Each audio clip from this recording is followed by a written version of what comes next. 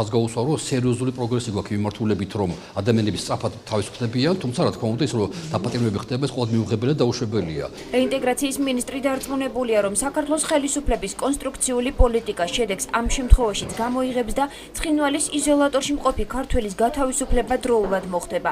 ზაქარიაშვილის განცხადებით, ქვეყანაში ხელისუფლების შეცვლის შემდეგ მიდგომა კონფლიქტური რეგიონების მიმართ მკვეთრად შეიცვალა. პიარზე გათვლილ პოლიტიკაზე უარის თქმამ კი შედეგი გამოიღო. ჩვენ კი არ ვჩხუბობ და კი არ პიარად კი არ ვაქცევთ ადამიანის დაპატიმრებას. ჩვენმა კონსტრუქციულმა და გონიურმა პოლიტიკამ და არა პროპაგანდისტულმა და პიარმა პოლიტიკამ მოგვიტანა ის, რომ ჩვენი მოქალაქეები მინიმუმ მიუხედავად იმისა, რომ მართლაც დამამცირებელი და მიუღებელია დაპატიმრება ადამიანის ოცნებად დანაშაული არ ჩაუდენია, მიუხედავად ამისა, 2-3 დღეში ხდება მათი გათავისუფლება. სოფელ ხურვალეთის განაპირას რუსმა მესაზღვრეებმა 2 ქართველი 24 წლის მალხაზ ვანიშვილი და 28 წლის გოჩა მაყიშვილი 25 ნოემბერს დააკავეს. მალხაზ ვანიშვილი პატიმრობიდან გუშინ გათავისუფლდა. რეინტეგრაციის მინისტრის განცხადებით, მოქალაქეების პატიმრობიდან გაშვება როგორც წესი დაკისრებული ჯარიმის გადახდის შემდეგ ხდება. თანხა კი 2000 რუბლს შეადგენს, რომელსაც ოჯახები თავად იხდიან. მინისტრის თქმით, უდანაშაულო ადამიანთათვის ჯარიმის დაკისრება უკანონო ხელისუფლებებისთვის დამახასიათებელია, რაც უცხო არც სააკაშვილის მთავრობისთვის ყოფილა. წესი ჯარიმა ეს არის დე-ფაქტო ხელისუფლების თქვათ ასე ნორმატიული აქტი, ასე სამწუხაროდ უკანონო ხელისუფლებებს ჩვევიათ ამ ტიპის ღონისძიებები, სააკაშვილს გავიხსენოთ, მაგალითად გაიხსენეთ რამდენად უკუღმართი და მანკიერი ფორმა ჰქონდათ, მათ გარიგების ფორმები და ათასობით ლარს ახდენებენ ადამიანსა და მათ რაღაც შვება ეგზნოთ პატიმრობიდან განთავისუფლებაში პატიმრობაში. უსაფრთხოების ფაქტორი ერთ-ერთია იმ მიზეზებს შორის, რის გამოც გაეროსოლ ტოლთა უმაღლესმა კომისარიატმა შიდა ქართლის გამყოფ ხაზთა მცხოვრები 1200-მდე ოჯახის დახმარება გადაწყვიტა.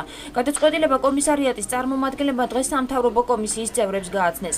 სიმონე ვალკენმა დღეს პოლიტიკური განცხადებებისგან თავი შეიკავა. ადგილობრივი მოსახლეობის სოციალურ-ეკონომიკურ საჭიროებებზე კი ღიად ისაუბრა. მისი თქმით, კომისარიატის წარმომადგენლები პირადად გაეცნენ გამყოფ ხაზთა მცხოვრები ადამიანების პრობლემებს. შედეგად თანხა იმ პირებს გადაეცემათ, ვისთვისაც ყველაზე მეტ სირთულეს ამ ეტაპზე გამოსამძღების პრობლემა წარმოადგენს. ორგანიზაციამ $200,000-ზე მეტი გამოყო ზამთრის პერიოდში შიდა ქართლის გამყოფი ხაზის მიმდებარე სოფლების ყველაზე მოწყვლადი ოჯახების დასახმარებლად. კერძოდ შეზღუდული შესაძლებლობების მქონე პირების მრავალშვილიანი ოჯახები, სადაც ბავშვების ასაკი არ აღემატება 18 წელს და მარტოხელა მოხუცებს. გაეროსოლ ტოლთა უმაღლესმა კომისარიატმა უპირატესობა მიანიჭა შეჭირებულ პირთა გამოსაზამთრებლად აუცილებელი საჭიროებების ანაზღაურებას. ბენეფიციარების სიაში ადგინეს და ორგანიზაციას მიეწოდეს მუნიციპალიტეტებმა. თითოეული ოჯახი მიიღებს 300 ლარამდე თანხას, რომელიც პირდაპირ მათ საბანკო ანგარიშებზე დაირიცხება.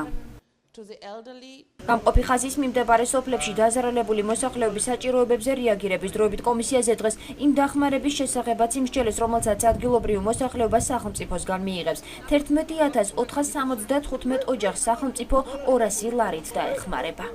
ამ გამყოფი ხაზის მიმდებარე სოფლებში 200 ლარიანი დახმარებების გაცემასთან დაკავშირებულ საკითხს, რაც ზამთრის მოახლოებასთან დაკავშირებით სათბობით უზრუნველყოფას უკავშირდება.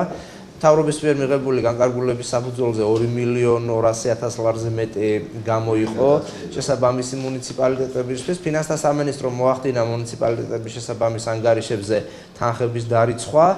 ბანკებში მიმდინარეობს ანგარიშის გახსნა და შესაბამის ანგარიშებზე დაერიცხებათ მოქალაქეებს ეს თანხა. საქართველოს მთავრობას უკვე დაწყებული აქვს მუშაობა გამყოფ ხაზთან მცხოვრები მოსახლეობის საყოფაცხოვრებო პირობების მოგვარების გრძელვადიან გეგმაზეც. მინისტრების თქმით, ხელისუფლებას ამ პროცესში დახმარებას დონორი ორგანიზაციების გაუწევენ.